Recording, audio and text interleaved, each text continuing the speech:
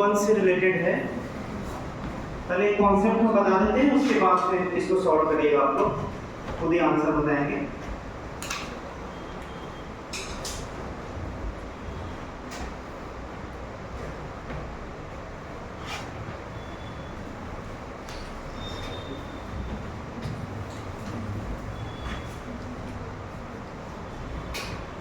जैसे क्वेश्चन इसमें ये पूछा हुआ है कि मान लेते कोई सॉलिड स्फीयर है और इसका मोमेंट ऑफ इनर्शिया बताना है। कितना होता है सॉलिड स्फीयर का? 2/5 क्वेश्चन ये है कि अगर इसका रेडियस जो है 2% से डिक्रीज कर दिया जाए, अगर रेडियस जो है 2% से डिक्रीज कर दिया तो इसका मोमेंट ऑफ इनर्शिया कितने परसेंट से इंक्रीज या डिक्रीज करेगा, वो आपको चेक करना है कि इंक्रीज कर डिक्रीज। अच्छा, रेडियस घटेगा तो मोमेंट ऑफ इनर्शिया क्या करेगा? तो अगर घटेगा तो भी घटेगा, डायरेक्टली प्रोपोर्शनल। बताइए क्या होगा? अगर उसका रेडियस 2% से घटता है तो मोमेंट ऑफ इनर्शिया कितने से घटेगा?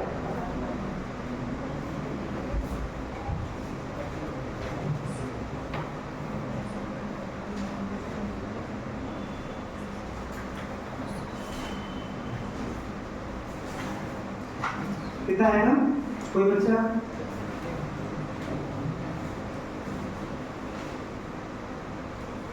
एक कॉन्सेप्ट है, कल उसको हम जो है बता देते हैं, उसी पर बेस्ड ये आंसर आ जाएगा। देखिए क्या कॉन्सेप्ट है।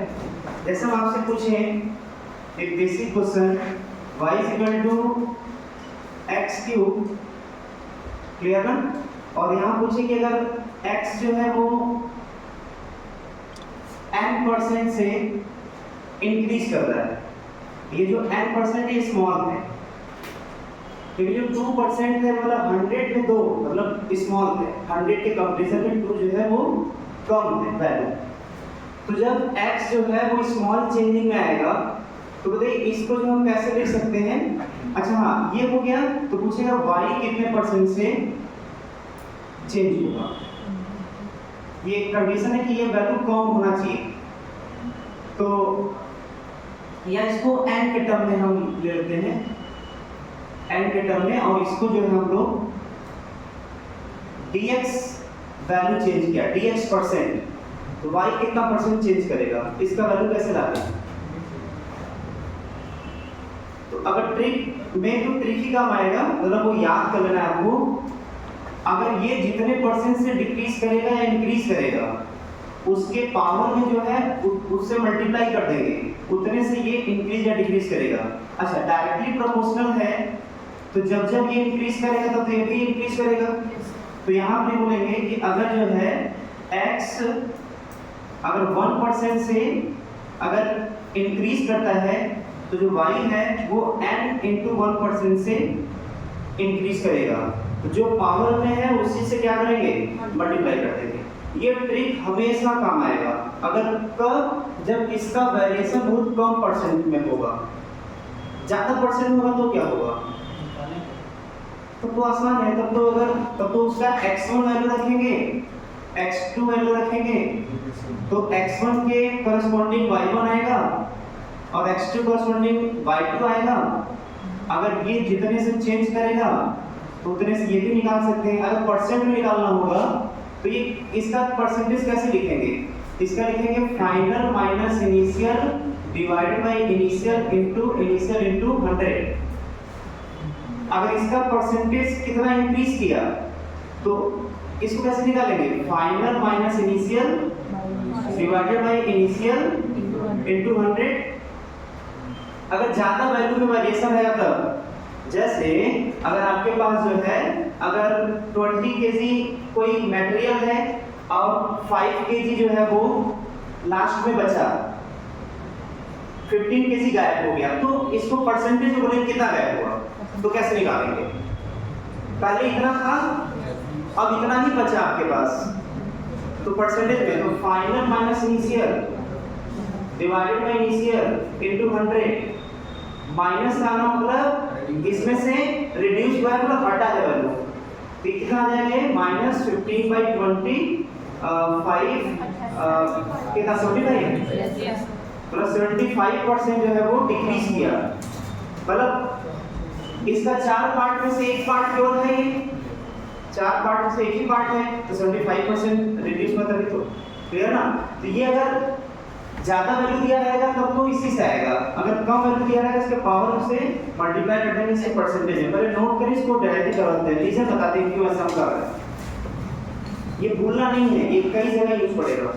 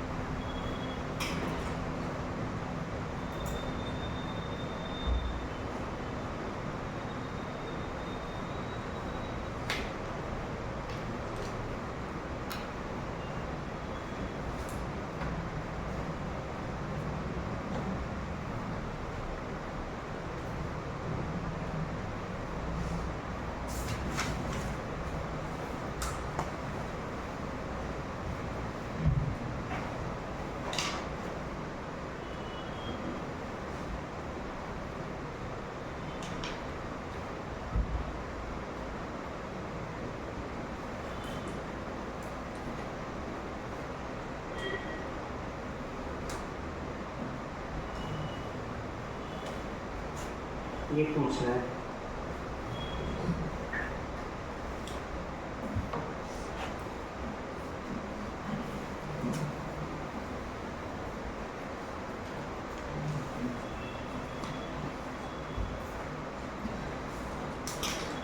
एक क्वेश्चन के फॉर्मेट में है कि क्या क्या कैसे कैसे दिया हुआ है। ये कंडीशन नहीं रहेगा, ये तो ज्यादा चेंजिंग के लिए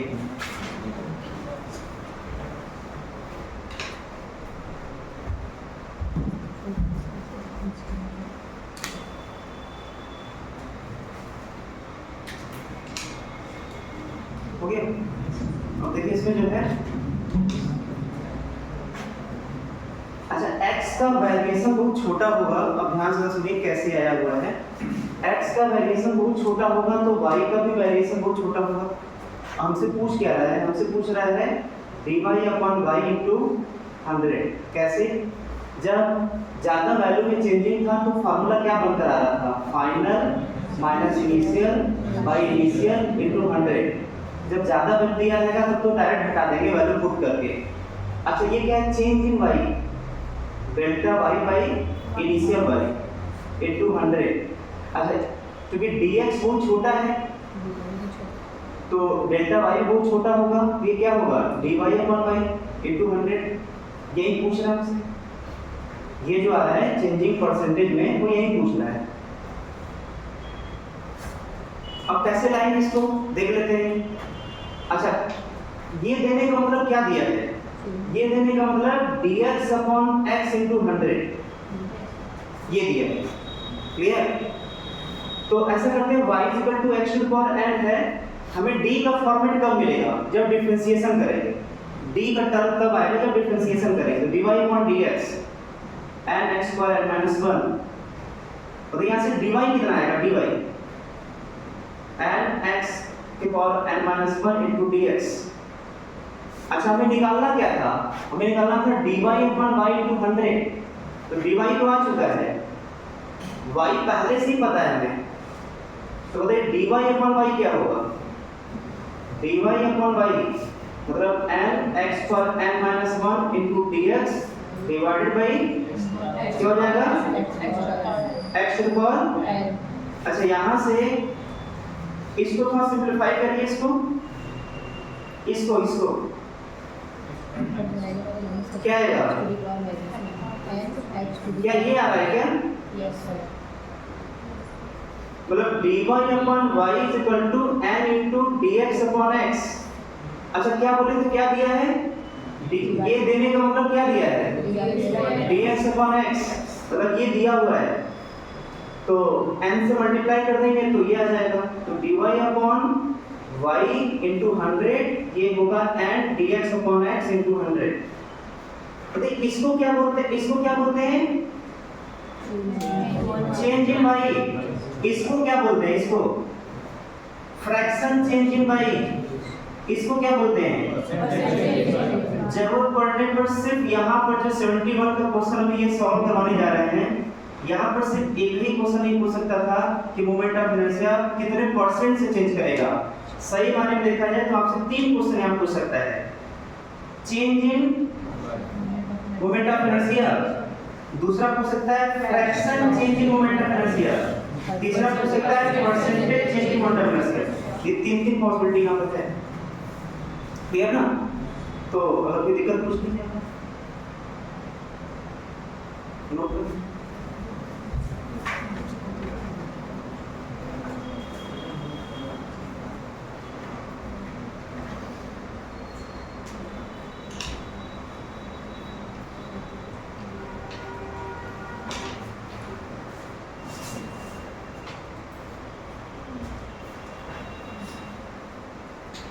क्या शुरू कर दिया है?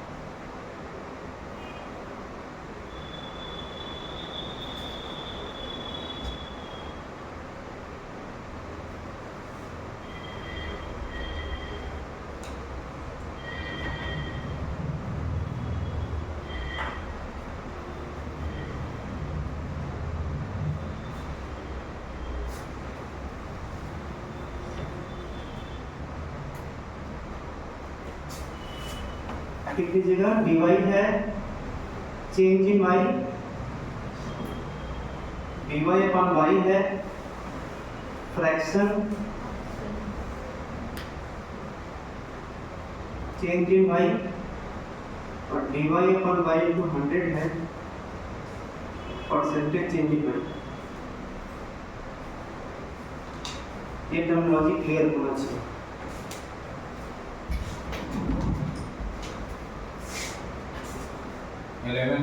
सेकेंड बैच कल राजीव सर की क्लास है 9 से 12।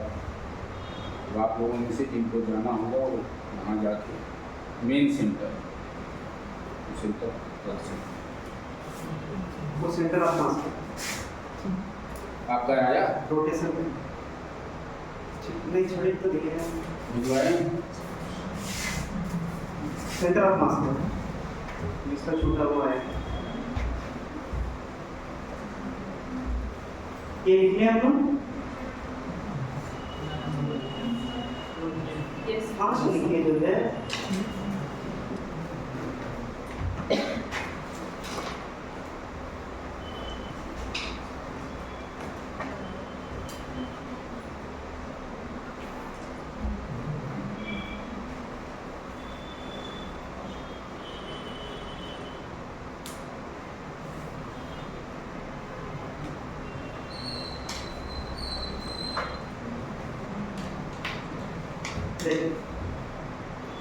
अच्छा, मोमेंटम और काइनेटिक एनर्जी में रिलेशन क्या होता है, v equal to root 2km यही होता है।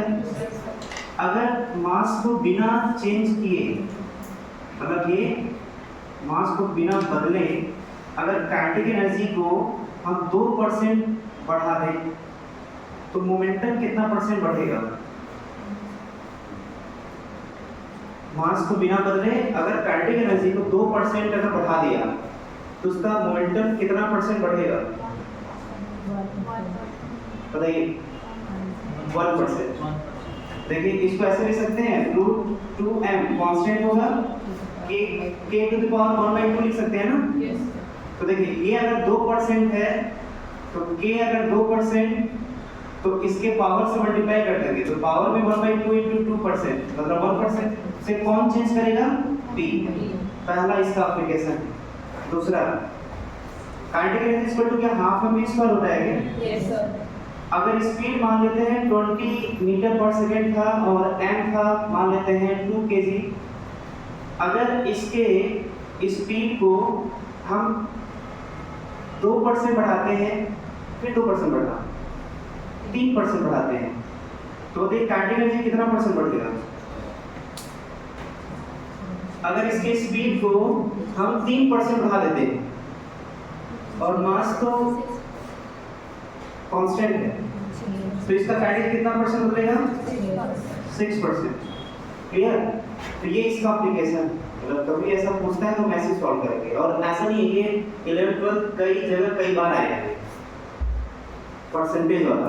ये एरर में भी आता है। एरर जो पहला चैप्टर है, एरर का भी यही क्वेश्चन है।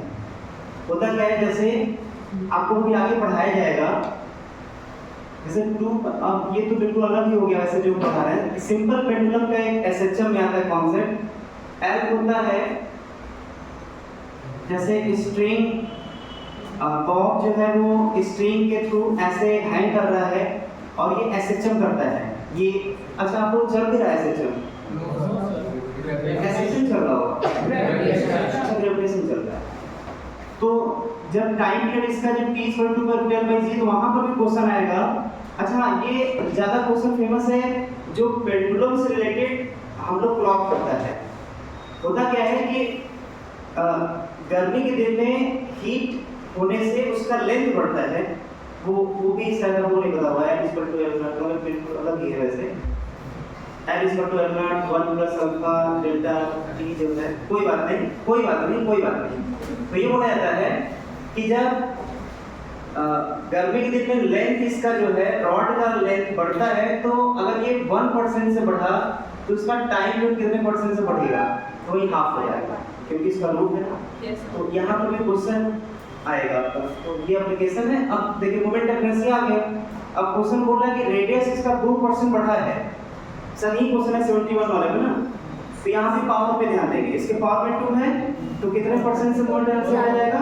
तो ये 2% है, पावर से मल्टीप्लाई कर दीजिए, 4% से उसका मोमेंट ऑफ इनर्शिया बढ़ जाएगा,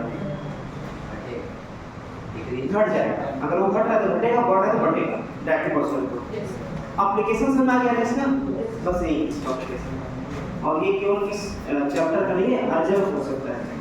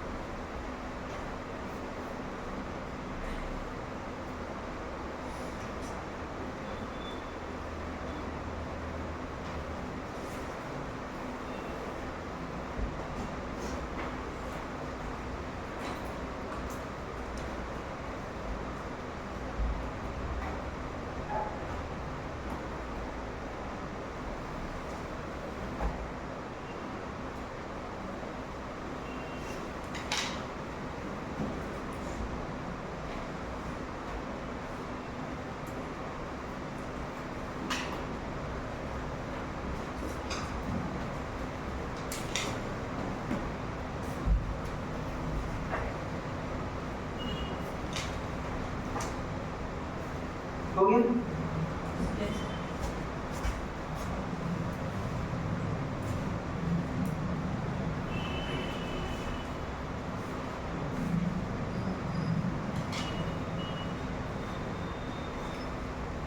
अब देखिए इसमें इसका लास्ट कॉन्सेप्ट है मोमेंट ऑफ इनर्शिया का। जैसे अगर कोई भी बॉडी जो है किसी एक्सिस के अबाउट, ये एक्सिस दिया हुआ है, और अगर इसका मोमेंट, इस पूरे बॉडी का मोमेंट ऑफ इनर्शिया इस एक्सिस के अबाउट आई दिया हुआ है, आई है moment of inertia of given body about given axis। अगर इसमें किए गया इसमें से कुछ पोर्शन जो है मास को कट करके बाहर निकाल दिया,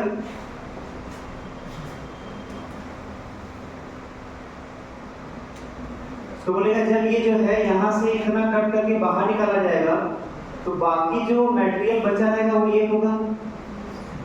तो रिमेनिंग मटेरियल का मोमेंट ऑफ इनर्शिया जब पूछेगा तो करेंगे क्या हम लोग, इस एक्सिस के अबाउट जो कटा हुआ मास बाहर निकला हुआ है उसका मोमेंट ऑफ इनर्शिया पर निकालेंगे। अच्छा ये क्या है, ये कट होने से पहले का इस एक्सिस के अबाउट मोमेंट ऑफ इनर्शिया है, कट होने से पहले, बिफोर कट। और दूसरा आई नॉट इज इक्वल टू क्या, आई नॉट है इसका जो कट आउट मास किया गया है उसका इस एक्सिस के अबाउट मोमेंट ऑफ इनर्शिया। तो आई नॉट है moment of inertia about axis of cutting mass about given axis। तो अगर जब रिमेनिंग मटेरियल का अगर मोमेंट ऑफ इनर्शिया पूछता है तो वो हो जाएगा I dash is equal to I minus I naught। यही कॉन्सेप्ट है। ये किसका मोमेंट ऑफ इनर्शिया है, I dash है moment of inertia of remaining mass about given axis. अच्छा इस पर बेस्ट क्वेश्चन देख लेते हैं तो ये टर्म ज्यादा अच्छे से क्लियर होगा। जैसे ये कोई डिस्क दिया हुआ है जिसका रेडियस r और मास m दिया हुआ है और इस एक्सिस से टच करते हुए और डिस्क के पेरिफेरी से टच करते हुए इतने पोर्शन वाले मास को हम बाहर निकालते हैं। क्लियर? तो इसमें क्वेश्चन पूछ रहा है एक्सिस ऐसे है, तो जब ये जो है पोर्शन कट आउट हो जाएगा तो बाकी जो बचा हुआ मास है ये है, तो बचे हुए मास का इस एक्सिस के अबाउट मोमेंट ऑफ इनर्शिया पूछ रहा है। तो करेंगे क्या, क्या फार्मूला क्या बनकर आ रहा है, बचे हुए मास का इस एक्सिस के अबाउट अगर मोमेंट ऑफ इनर्शिया निकालना है तो सबसे पहले जो यहाँ से मास कट किया गया है पहले उसको कट नहीं करना है, पहले पूरे कंप्लीट डिस्क का या जो भी बॉडी होगा पूरे के कंप्लीट का आई निकालना है। फिर उसके बाद जितने पोर्शन को कट करके बाहर निकाला गया है उसका मोमेंट ऑफ इनर्शिया उसी एक्सिस के अबाउट। देखिए सभी तीनों टर्म में एक लास्ट में क्या लिखा हुआ है, about given axis, about given axis, about given axis. मतलब एक्सिस नहीं चेंज होना चाहिए, एक्सिस फिक्स होना चाहिए।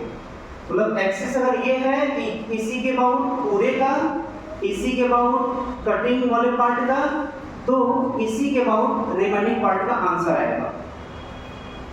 इसका मतलब ये हुआ कि इसमें जो है हम लोग पहले पूरे कंप्लीट का निकालेंगे, इसके अबाउट ये आई कहलाएगा। फिर उसके बाद इस एक्सिस के अबाउट इसका जो कट आउट किया गया तो एक्सिस यहाँ पर लाइन करेगा और ये ऐसे होगा, ऐसा होगा ये वाला पोर्शन। इसको निकालेंगे आई नॉट कहलाएगा और दोनों घटा देंगे तो आई डैश आ जाएगा, आई माइनस आई नॉट। क्लियर ना? अब देखिए इसका जो है इसका टोटल अगर मास m है तो इसका मास कितना होगा, टोटल मास m है तो इसका मास कितना होगा ये निकालना पड़ेगा।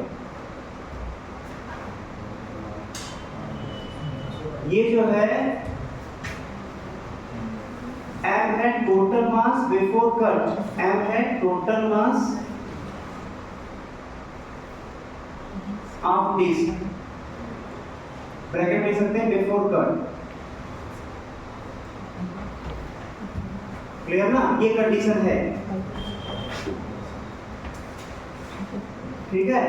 तो पहले इसको नोट कर लीजिए एज ए फार्मूला, फिर इसी पर बेस्ड इसको सॉल्व कर लेते हैं तो क्लियर हो जाएगा एग्जांपल के तौर पर।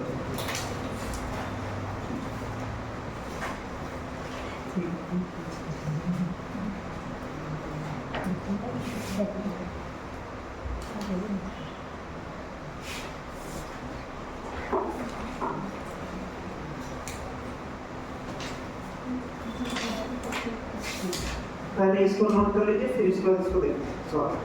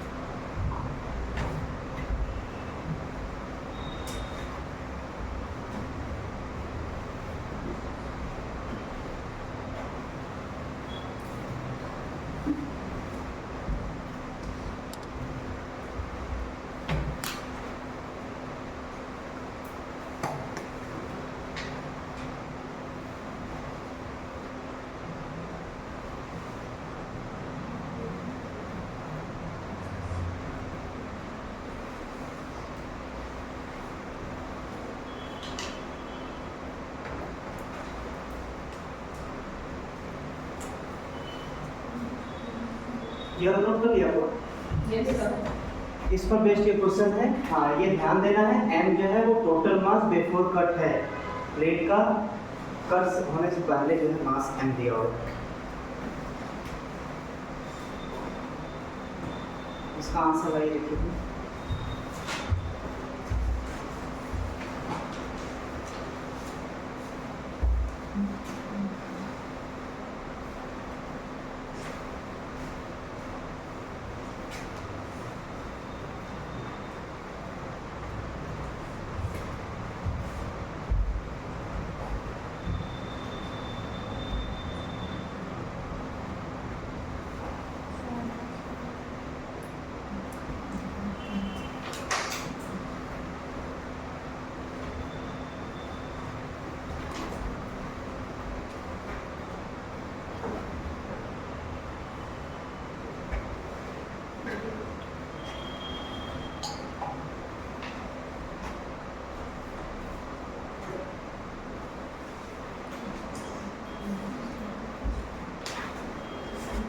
आगे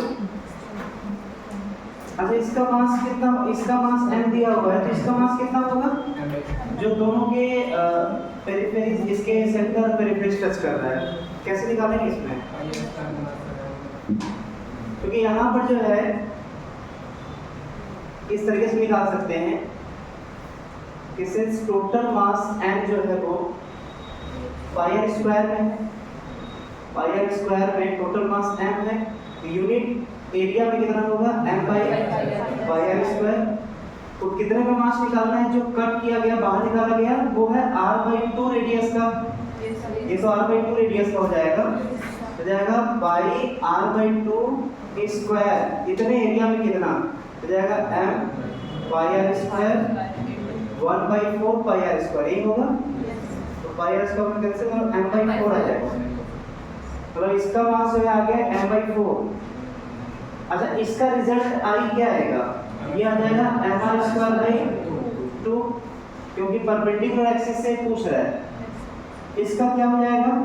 तो इसका हो जाएगा, पहले इसके नोट निकालेंगे और इसको पैरेलल एक्सिस थ्योरम से शिफ्ट कर देंगे। अच्छा इसके मॉड क्या आएगा, तो इसका यहाँ से जाएगा m/4 बाई r/2 का स्क्वायर। ठीक है क्या, देखिए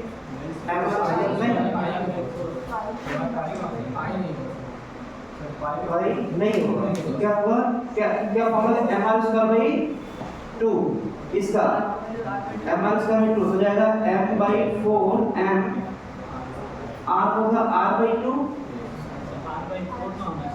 फिर दौड़ा रहा है तो r/4 होगा, क्या हुआ, रेडियस जो r/4 ना होना चाहिए। रेडियस कितना होगा r/2 होगा ना, जब टोटल डायमीटर को हम r माने तो आधा r/2 हो गया और उसका भी आधा। देखिए इसका रेडियस कितना है r है, तो ये क्या हो जाएगा r हो जाएगा उसका डायमीटर, तो उसका हाफ कितना हो जाएगा r/2, तो ये जाएगा mr²/2 बाई 2। ठीक है यहाँ तक। अच्छा इसको पैरेलल एक्सिस थ्योरम से शिफ्ट करना है, तो प्लस md² मतलब m/4 d मतलब r/2 का स्क्वायर, ये आ गया i0। इसको सिंपलीफाई करिए, कितना आ रहा है, 832 m²/32 प्लस 16 और ये आ जाएगा 3 mr²/30। देखिए कैलकुलेशन देखिए, चेक करिए कितना आ रहेगा, 3/32 mr² आ रहा है।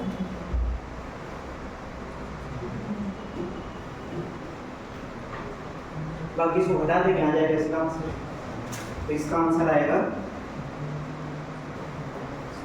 mr²/2 minus 3/32 mr², 16 3 13/32। कैलकुलेशन आप चेक कर लीजिएगा, मिस्टेक है ना आप देख लीजिएगा, वो मिस्टेक ना होता है।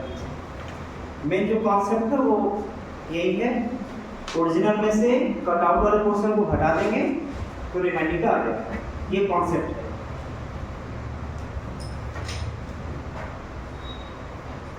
गड़बड़ा है क्या, यहाँ से मत नोट करिए ना, आप लोग अपने सॉल्व करिए।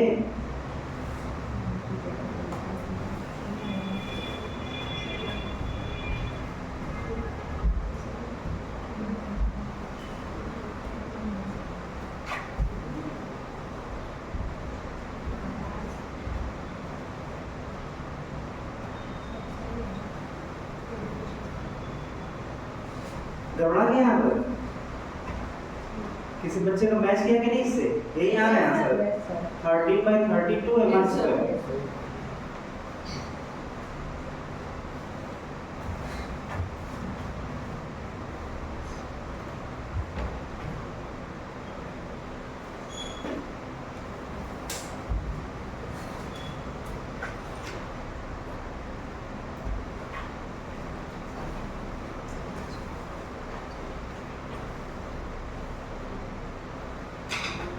नेक्स्ट क्वेश्चन इसी में है, इसको नोट करने बाद इसको सॉल्व करिए।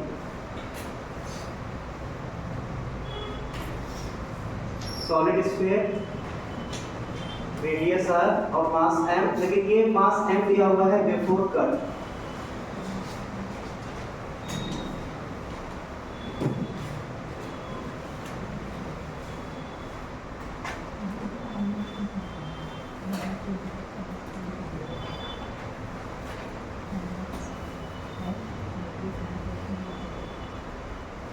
एक्सिस यही है,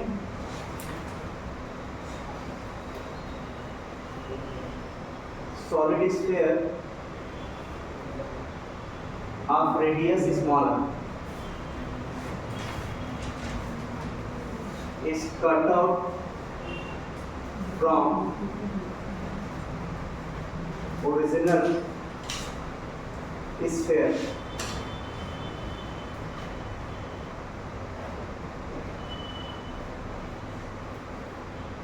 then find I of remaining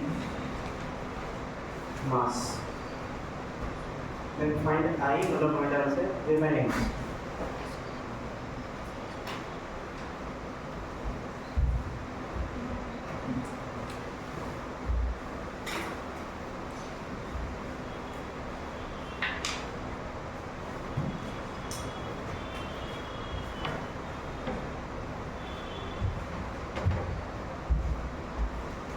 simple है तो आ जाएगा।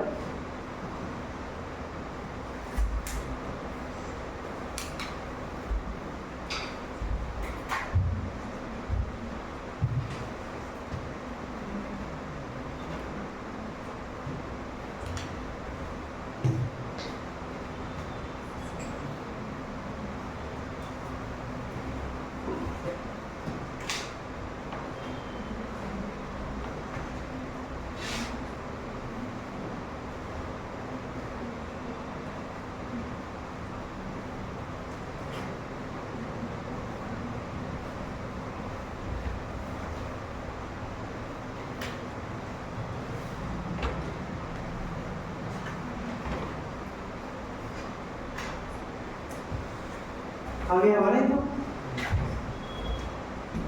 सॉलिड स्फीयर के मोमेंट ऑफ इनर्शिया फॉर्मूला 2/5 होता है ना, I = 2/5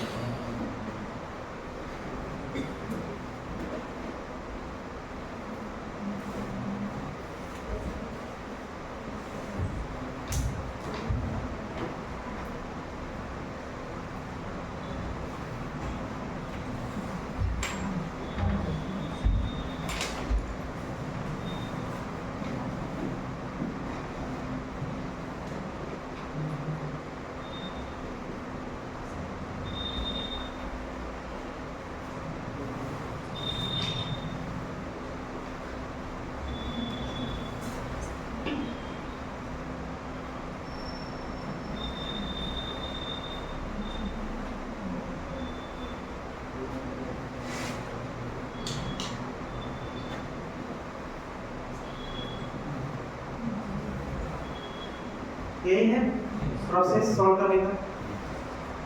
इसका मास कितना आएगा ये निकालना पड़ेगा बस, उसको देख लीजिए कैसे निकालेंगे। देखिए सिंस टोटल वॉल्यूम में 4/3 पाई आर क्यूब में m मास एक में m/4/3 पाई आर क्यूब मास कितने वॉल्यूम में 4/3 पाई आर क्यूब में m/4/3 pi r cube into इतने वॉल्यूम में निकालना है, मल्टीप्लाई कर देंगे 4/3 pi r cube m r cube by r cube आ गया। ये इसका मास आ गया। ये है कैपिटल m, ये स्मॉल m और ये स्मॉल m आया है, ये स्मॉल m है। इसका आंसर आएगा, इसमें से इसको घटाएंगे, इसका कितना होगा 2/5 mr² माइनस इसका कितना होगा 2/5 स्मॉल m और इसका रेडियस कितना है स्मॉल r है, स्मॉल r स्क्वायर। अब यहाँ से अब सबका वैल्यू पुट कर देंगे, क्या होगा गौड़ा गया फिर सही है ना। mr² माइनस m का वैल्यू कितना है m/r³ इनटू r²। ये तो r⁵ हो गया।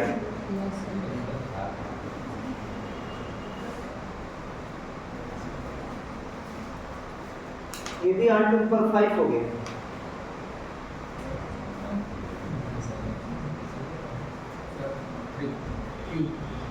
क्यों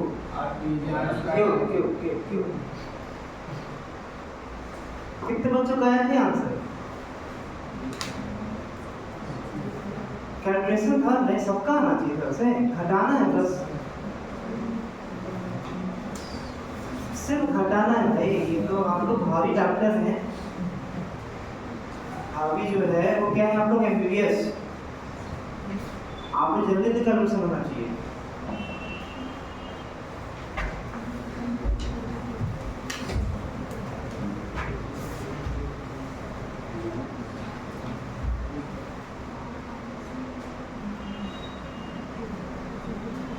अब याद तो नहीं है, नीट में इसी टाइप के क्वेश्चन आए, लेकिन डाटा नहीं आता, लेकिन कॉन्सेप्ट यही है, कटआउट से रिलेटेड आया होगा। हाँ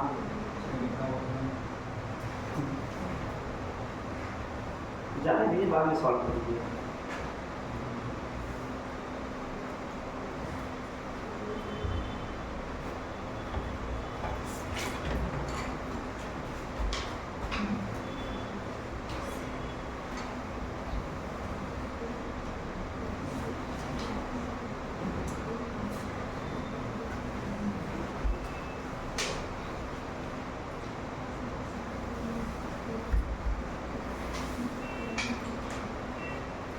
अच्छा, ये सॉलिड स्फीयर की जगह अगर हॉलो स्फीयर रहता तब भी कॉन्सेप्ट नहीं लगता ना, उसमें से मास ही नहीं निकलता।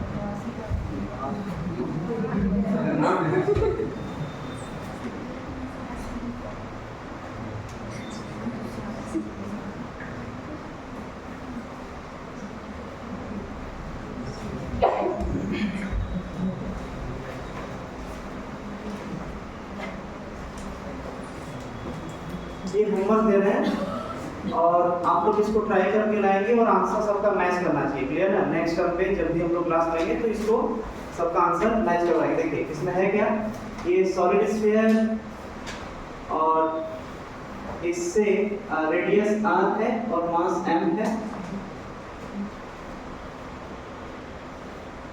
r/3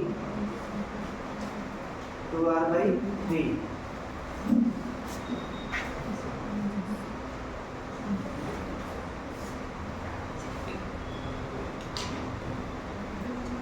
ये दिया हुआ है, कितना दिया हुआ है ये,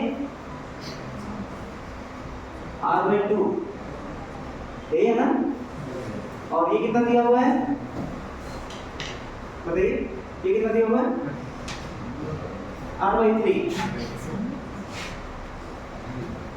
क्लियर। और इसके अबाउट निकालना है, नोट कर लीजिए, तो कैलकुलेशन नहीं होगा, बस ज्यादा उसकी दिक्कत नहीं। तो ये है कि सबका आंसर मैच करना चाहिए, प्रोसेस वही सब कुछ है।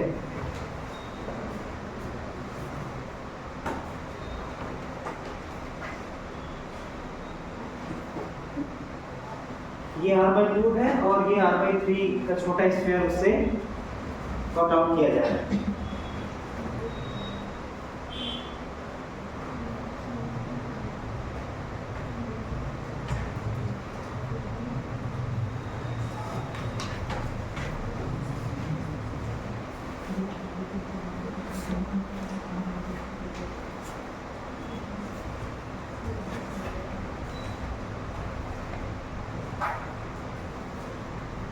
हो जाएगा इस टाइप क्वेश्चन की, आप रिव्यू करवाना है, हो जाएगा ना। कॉन्सेप्ट यही है, इसी को ध्यान देते हुए अपना सॉल्व कर लीजिएगा। अब हम लोग आते हैं नेक्स्ट टॉपिक पर, टॉर्क।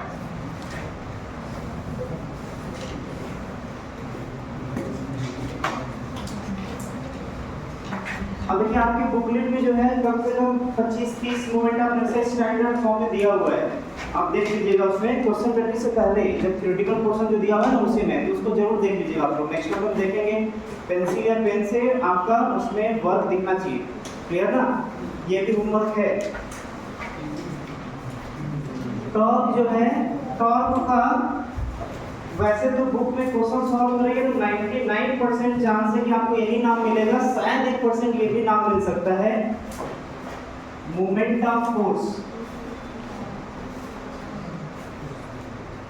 तो मोमेंट ऑफ फोर्स कहीं क्वेश्चन पूछा तो घबराना नहीं है, बेहोश नहीं होना है, क्लियर। इसका मतलब क्या होगा, टॉर्क।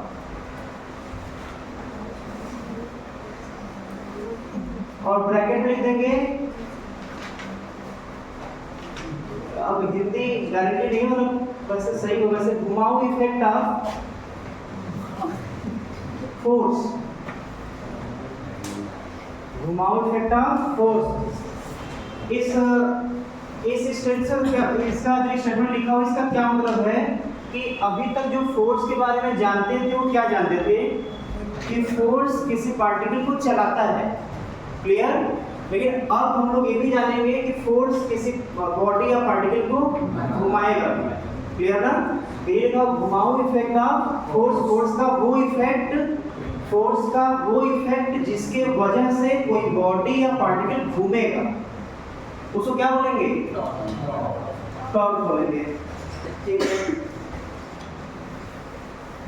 पहले हेडिंग लीजिए फिर आगे बढ़ते हैं। टॉर्क या मोमेंट ऑफ फोर्स क्या है, ये घुमाव इफेक्ट और टर्निंग इफेक्ट ऑफ फोर्स, इसे बोलते हैं टर्निंग इफेक्ट ऑफ फोर्स, घुमाव effect of force.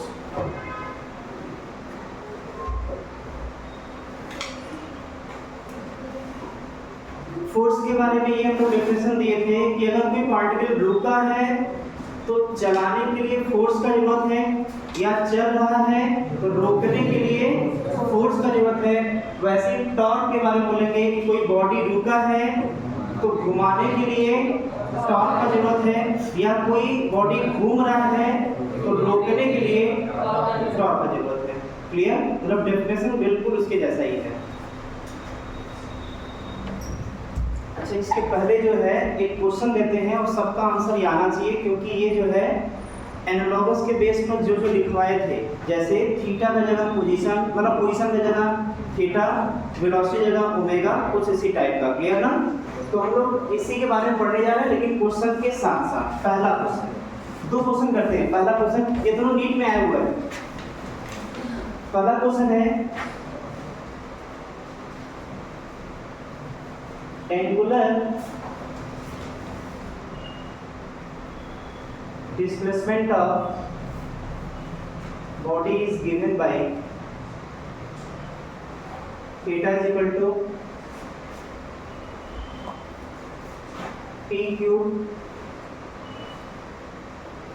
minus 6t plus 5। Theta radian में है और टी जो है वो सेकंड में है। Angular displacement of body is given by theta is equal to p cube minus 6t plus 5। एक मिनट, इसको स्क्वायर कर देते हैं, minus 6t square plus 5। Find time when torque on body will be 0. Find time when torque on body will be 0.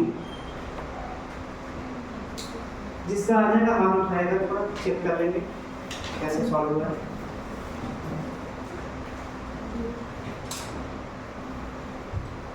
कोई एक दूसरे का support नहीं लेगा, अपने से सॉल्व करेंगे।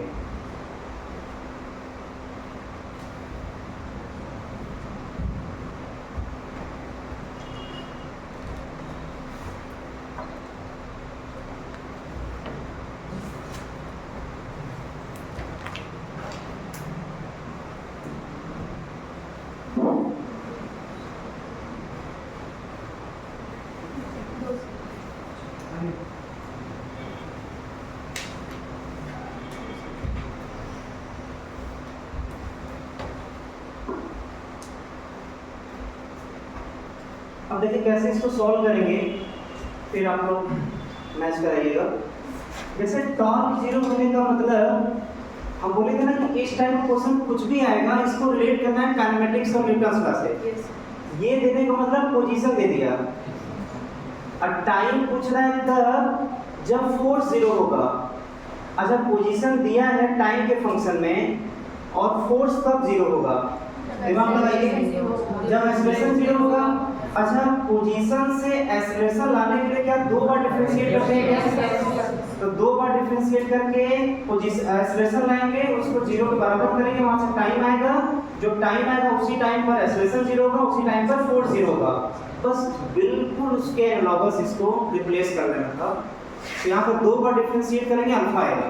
Yes sir. ठीक है, अल्फा को 0 के बराबर करेंगे टाइम आएगा, यस।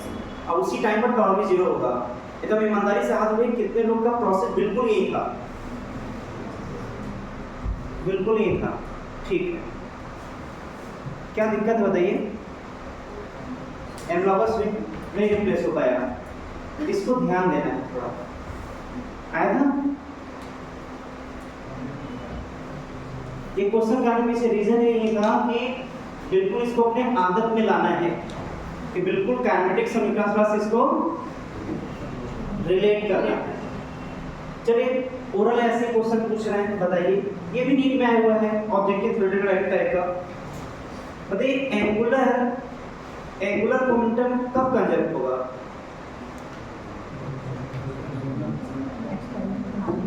किसी बॉडी का एंगुलर मोमेंटम कब कंजर्व होगा?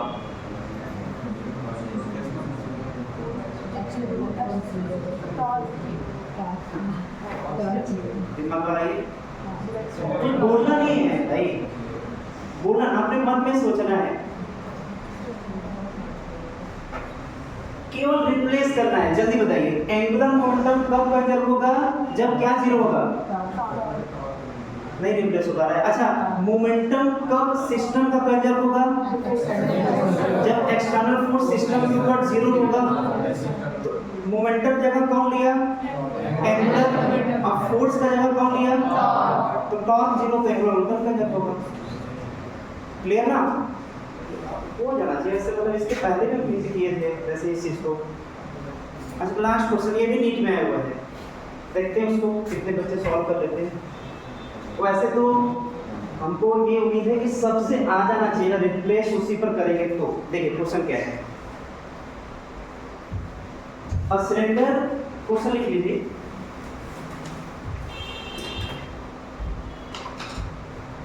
Rotates with angular velocity, a cylinder rotates with angular velocity 3 rpm, 3 rpm.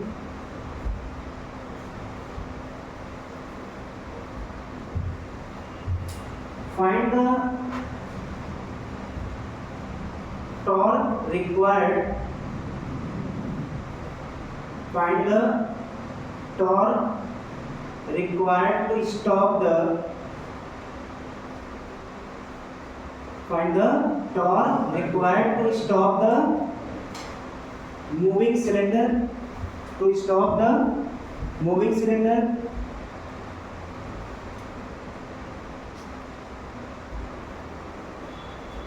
When it rotates. When it rotates 2 revolutions.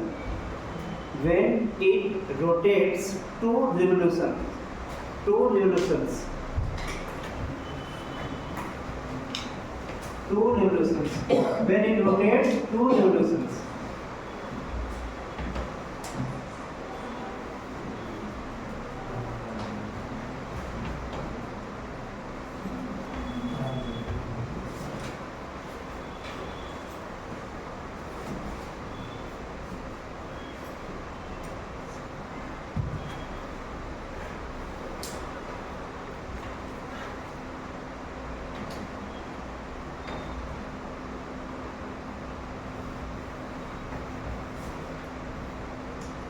डेढ़ मिनट से ज़्यादा टाइम नहीं लेना है एग्ज़ाम के व्यू से देखा जाए तो।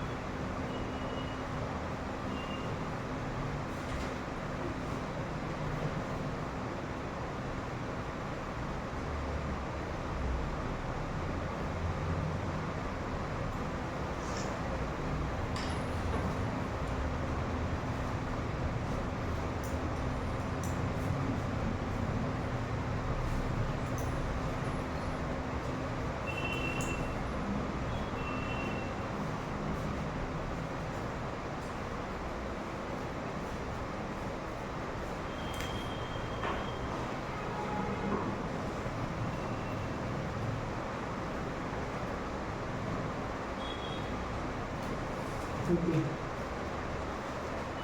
है।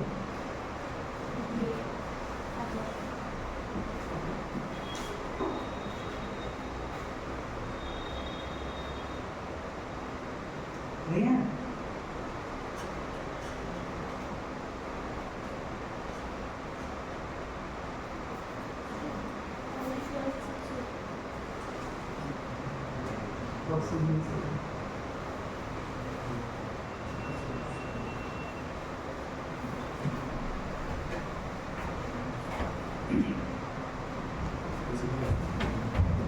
चलिए पहले सोच को मैच कराइए। देखिए मेरे क्वेश्चन जैसे हम यहाँ से जैसे बोलना बंद करते हैं वैसे बहुत सारे बच्चों का आदत है वैसे लिखना शुरू कर देते हैं, पता नहीं क्या लिखते हैं। ऐसा फील होता है क्वेश्चन लिखने के बाद तुरंत आपका हाथ पैर नहीं चलना चाहिए, दिमाग चलना चाहिए। प्रोसेस जब तक दिमाग में दौड़ेगा नहीं, शॉर्टकट से कभी आंसर नहीं आने वाला। ये आदत बनाइए, जल्दी से पेन में चलिए, दिमाग चलाइए। देखिए इसमें है क्या क्या क्या दिया हुआ है। देखिए स्टार्टिंग में कितने से घूम रहा था वो दिया हुआ है, रुक जाएगा मतलब फाइनल एंगुलर वेलोसिटी 0, कितना रोटेट करके 2 रिवोल्यूशन मतलब थीटा, और डायग्राम एक्सिस रेडियस और मास, ये देकर क्या दे दिया, मोमेंट ऑफ इनर्शिया। अब इसको रिलेट करिए किससे। अच्छा क्या पूछ रहा है, ये दिया है, क्या दिया है, क्या पूछ रहा है, टॉर्क। अच्छा इसको रिप्लेस करिए थोड़ा। तो अगर ये कैनेटिक्स होता, फिर देखिए हम अपना तरीका बता रहे हैं, हम कभी भी स्टेप को सॉल्व करते हैं तो रिलेट करके ही सॉल्व कर पाते हैं। मेरा अपना खुद का भी तरीका है, रिलेट करते हैं तभी हमको भी शॉर्टकट में आंसर का प्रोसेस आता है। अब बताइए आपको इनिशियल वेलोसिटी दिया है, फाइनल वेलोसिटी दिया है, डिस्प्लेसमेंट दिया है, मास दिया है, फोर्स पूछ रहा है, यही तो रिप्लेस करेगा। अब बताइए कि फोर्स अगर पूछ रहा है तुरंत मतलब ज़्यादा टाइम भी लगना चाहिए, F बराबर ma, ये तुरंत दिमाग में आना चाहिए। अच्छा ये क्वेश्चन में दिया है क्या, क्वेश्चन में दिया है, हमें ये पाना है। बताइए ये पाने के लिए हमारे पास 3 डाटा दिया हुआ है। अब बताइए एक्सप्रेशन और 3 डाटा में कौन सा फार्मूला सटीक बैठेगा, -2u² यही तो बैठेगा। बताइए इस फार्मूले से क्या निकल कर आएगा, एक्सप्रेशन। अब वो एक्सप्रेशन यहाँ पढ़ते हैं आ जाएगा फोर्स। अब बिल्कुल इसी के एनालॉगस इसको सोचिए। तो यहाँ पे ये फार्मूला, यहाँ पर कौन सा फार्मूला, ω² ω02 -2 अल्फा थीटा। 3 बार नीट में आया है इसी पर बेस्ड, 4 बार। 3 तो सिलेंडर से रिलेटेड है और एक जो हम इसके पहले क्वेश्चन कराए थे। इसे बिल्कुल अपना आदत बना लीजिए। अब सॉल्व नहीं करवाएंगे, ये हो गया। अब यहाँ से क्या फाइनल 0, यहाँ से क्या गया अल्फा, अल्फा जाए। अच्छा थीटा क्या रखेंगे, थीटा 2 रिवोल्यूशन, तो 4 बाई 2 रिवोल्यूशन में 4 बाई आएगा।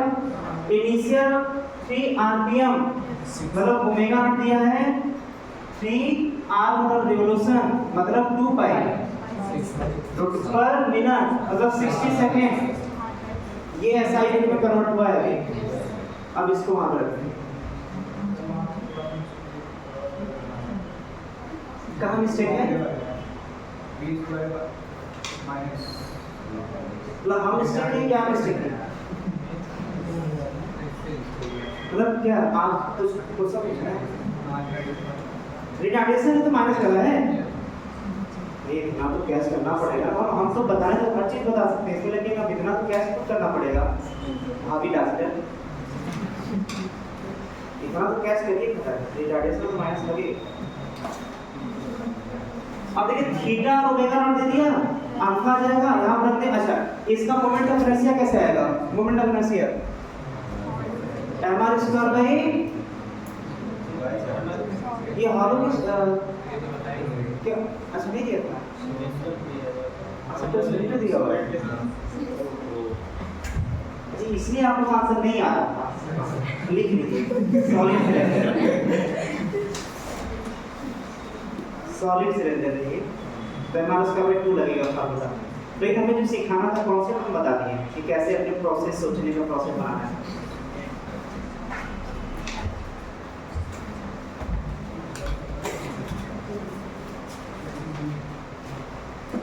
कोई बच्चा हमसे ये पूछता 1 से 1.5 मिनट बाद कि सर बताइए सॉलिड दिए हैं कि इसमें हॉलो दिए हैं, तो अच्छा लगता। वाह, बच्चा ये उसको पता चल रहा है कि हाँ ये किस टाइप का सिलेंडर है। 1 से 1.5 मिनट बाद क्वेश्चन प्रैक्टिस करिए, आ जाएगा स्पीड, ऐसे कोई टेंशन की बात नहीं है।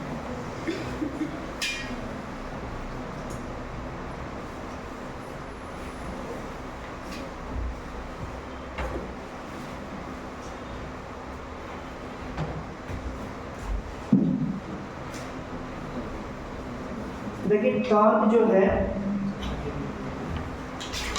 पहले टॉर्क का हम लोग प्रैक्टिकल करते हैं, फिर उसके बाद जो रिजल्ट मिलेगा उसी से कंक्लूजन निकालेंगे। इधर सुनिए ध्यान से, पहले टॉर्क को लेकर के लोग प्रैक्टिकल करते हैं। देखिए जैसे एक्सिस के अबाउट घूमना और पॉइंट के अबाउट घूमना दो बातें अलग होती हैं। क्लियर?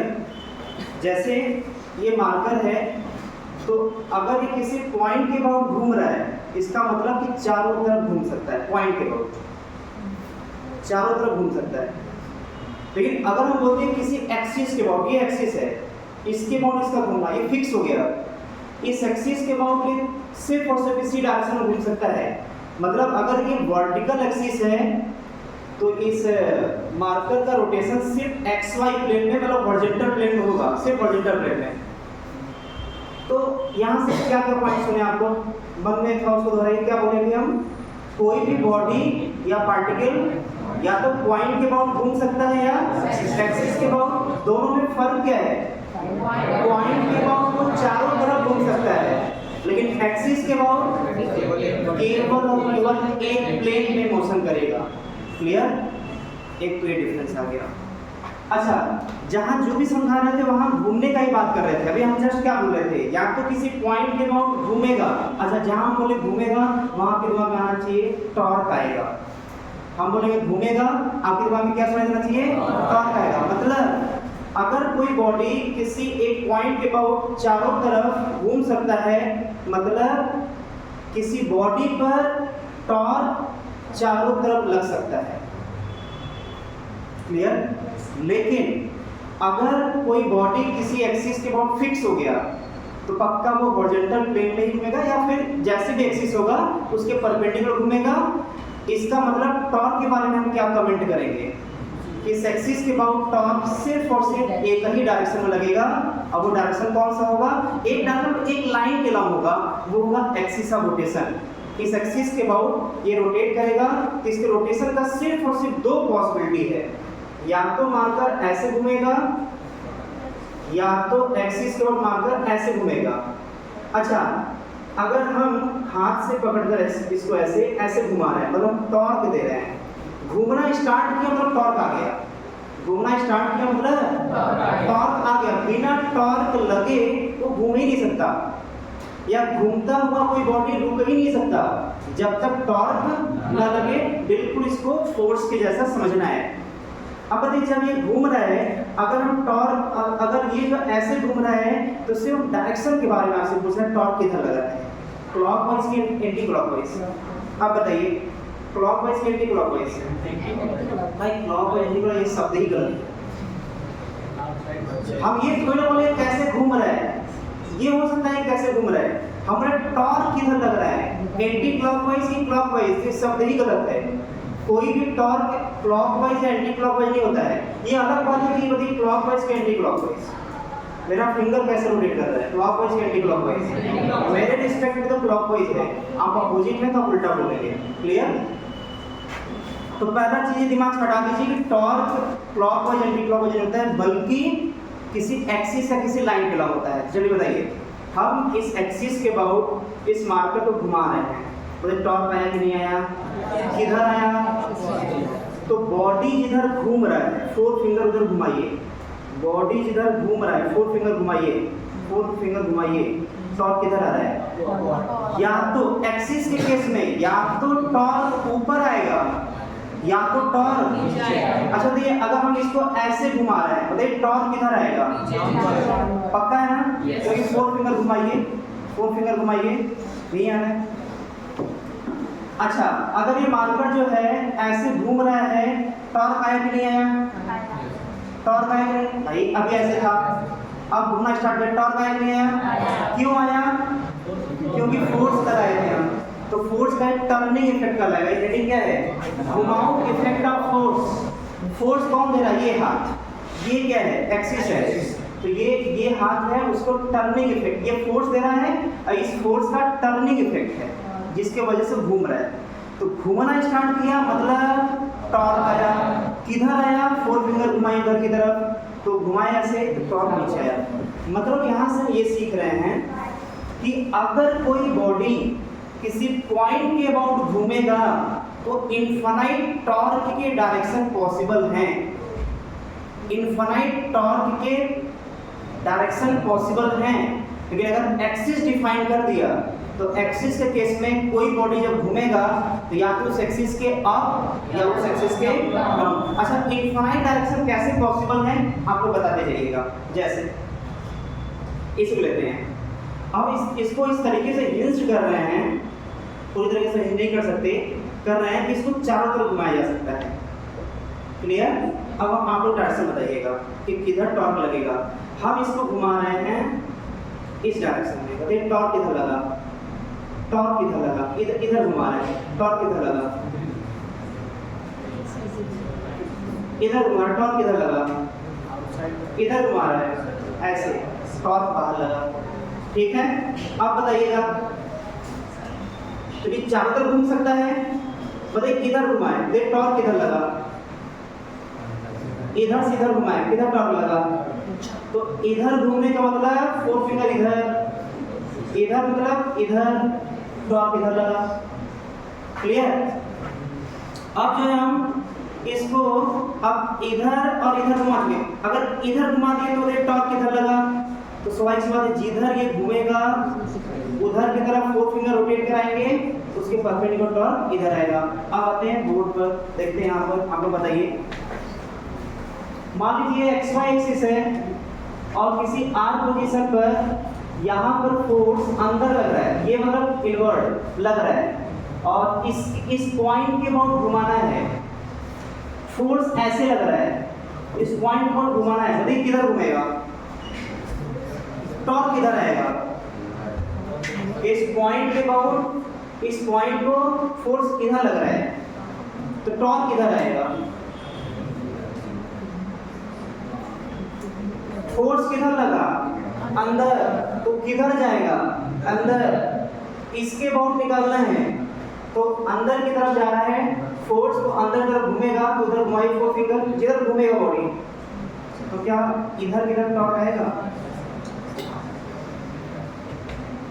ये टॉर्क आएगा। क्लियर ना? ठीक है। अच्छा, अभी तक जो हम डिस्कस कर रहे थे किसके बारे में डिस्कस कर रहे थे? सिर्फ और सिर्फ टॉर्क के डायरेक्शन के बारे में, और दो पॉइंट बोले हैं। पॉइंट के अबाउट चारों तरफ घूम सकता है, एक्सिस के अबाउट केवल और केवल उस एक्सिस के परपेंडिकुलर प्लेन में घूम सकता है। क्लियर? और टॉर्क दोनों केस में निकालते हैं, पॉइंट के अबाउट भी निकालते हैं और एक्सिस के अबाउट भी निकालते हैं। क्लियर? तो क्या इसका फॉर्मूला होगा उसको देखते हैं।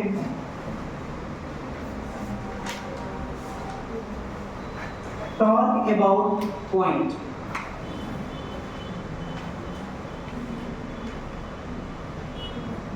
अब इसका मैथमेटिकल फॉर्मूला क्या रहेगा जिसका हम आगे क्वेश्चन में यूज करेंगे। देखिए, मान लेते हैं यहाँ पर एक्सिस है और इस पॉइंट पर फोर्स लग रहा है इस तरीके से F इस पॉइंट पर, और इस एक्सिस से पॉइंट की तरफ एक पोजीशन वेक्टर R है, ये R। क्लियर? तो टॉर्क को निकालने का जो फॉर्मूला मैथमेटिकल होगा वो ये होगा, torque is equal to R cross F।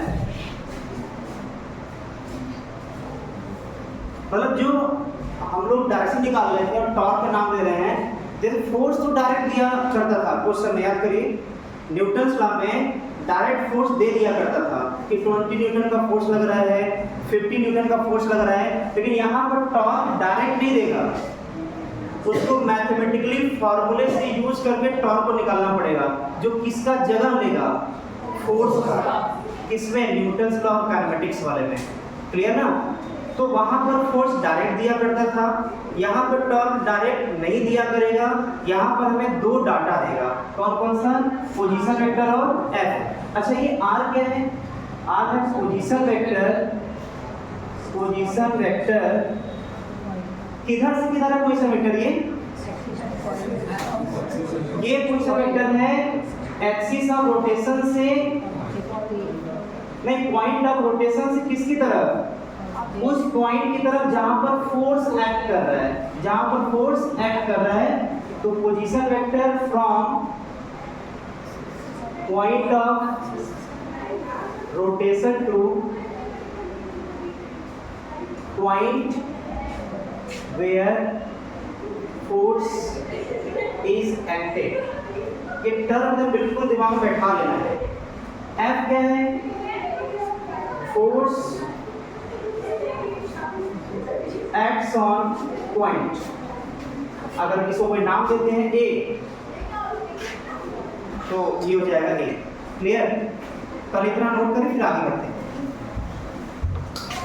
और 10 मिनट की जरूरत रहेगा, फिर इसके बाद इसको लेकर आगे बढ़ते हैं। क्लियर ना?